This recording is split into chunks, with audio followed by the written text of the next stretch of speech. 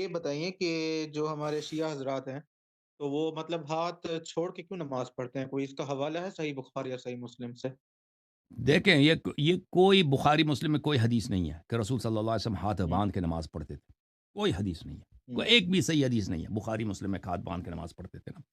جتنی بھی احادیث ہیں ان کے نماز پڑھنے کی وہ یہ ہے کہ اس میں ہاتھ باندھنے کا ذکر نہیں ہے.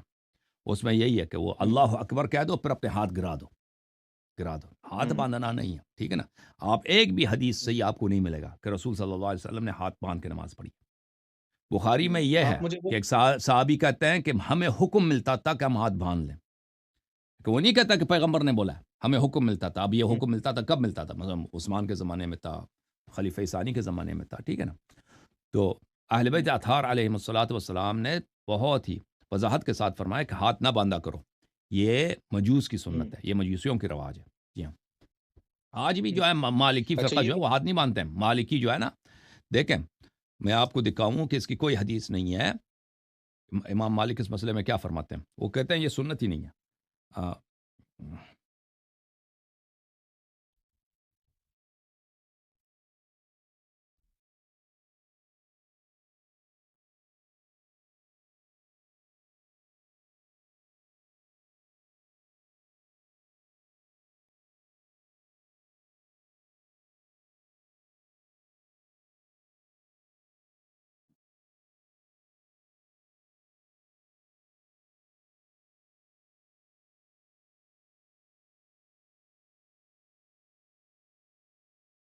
ایک منٹ بھائی.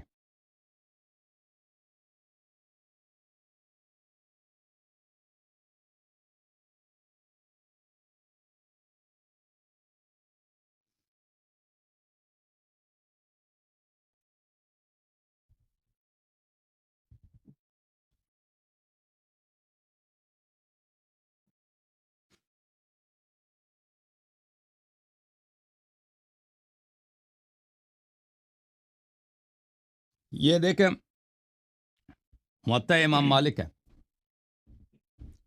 ایک منٹ بھائی.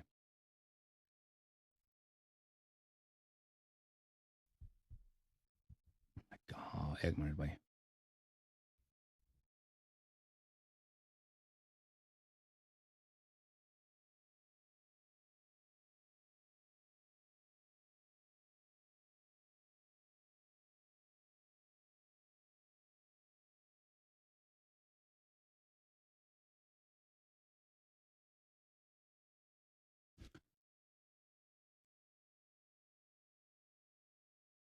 ملاحظہ کریں,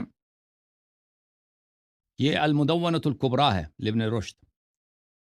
مدونۃ الکبریٰ خود مالک ابن انس کی ہے, اس کے ساتھ مقدمات ابن رشد بھی ہے. مالک ابن انس کی اپنی ہوں، کتاب ہے مدونۃ الکبریٰ. چاپ دار الکتب العلمیہ کتاب چھپی ہے سن 1994 میں. الاعتماد فی الصلاۃ والاتکاء وضع الید علی الید, نماز میں ٹیک لگا دینا اور ایک ہاتھ کو دوسرے ہاتھ پہ رکھنا. وقال مالک ابن انس جو مدینے کا رہنے والا تھا, ابو حنیفہ عراق کا رہنے والا تھا, مالک مدینے کا آدمی ہے اور وہ مجتہد ہے, فقیہ ہے جو مدینے کا, وہ محدثین کے بیچ میں پلا بڑا ہے.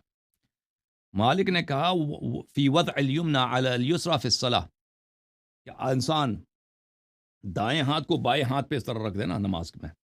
قال لا اعرف ذلك فی الفریضہ, کہتا ہے فریضہ میں تو اس کی کچھ بھی سنت نہیں ہے. وکان ہوں، یکرہ, اور کہتا تھا کہ اس کو نہیں کرنی چاہیے, ہاتھ پہ ہاتھ نہیں رکھنی چاہیے فرائض میں. کہتا تھا نوافل میں اذا طال القیام فلا بأس بذلك يعین به نفسه, کہتا ہے نوافل میں سنت نماز میں اگر کوئی شخص مثلا نماز بہت طویل ہو جائے, لمبی ہو جائے, تو وہ تک جائے, وہ اپنی تھکاوٹ دور کرنے کے لیے ہاتھ ادھر رکھ دے تو کوئی اس میں کوئی جائز ہے, وہ جائز ہے, نہیں کہتا تھا کہ سنت ہے, کوئی کر دے تو صحیح ہے. ہوں۔ تو یہ ملاحظہ کر, بتائیے اگر یہ کہ اس طرح کی کوئی حدیث ہوتی, اگر کوئی, میں نے عرض کیا نا کہ کوئی حدیث ہے ہی نہیں اس کا ہاتھ ہوں، پہ ہاتھ رکھ کے نماز پڑھنے کی کوئی حدیث نہیں ہے. اس طرح نہیں کہتا تھا یہ کہ یہ نہیں کرنی چاہیے, یہ فریضے میں ہے ہی نہیں. یہ شرح سے یہ بخاری ابن بطال کی ہے, جزء ثانی صفحہ نمبر 358. ملاحظہ کریں. ورأت طائفۃ ارسال الیدین فی الصلاۃ, ایک بہت بڑے تابعین کا اور صحابہ کا گروہ ہے جو نماز ہاتھ کھول کے پڑھتے تھے. روی ذلک عن ابن زبیر, عبداللہ ابن زبیر, اسی طرح حسن البصری, سعید ابن المسیب, سعید ابن جبیر نے ایک شخص کو دیکھا کہ وہ ہاتھ باندھ کے نماز پڑھ رہا ہے، تو فذهب ففرق بینہما، جا کے اس نے اس کے آنکھیں کو ہاتھیں کھول دی کہ ہاتھ کھول کے نماز پڑھو.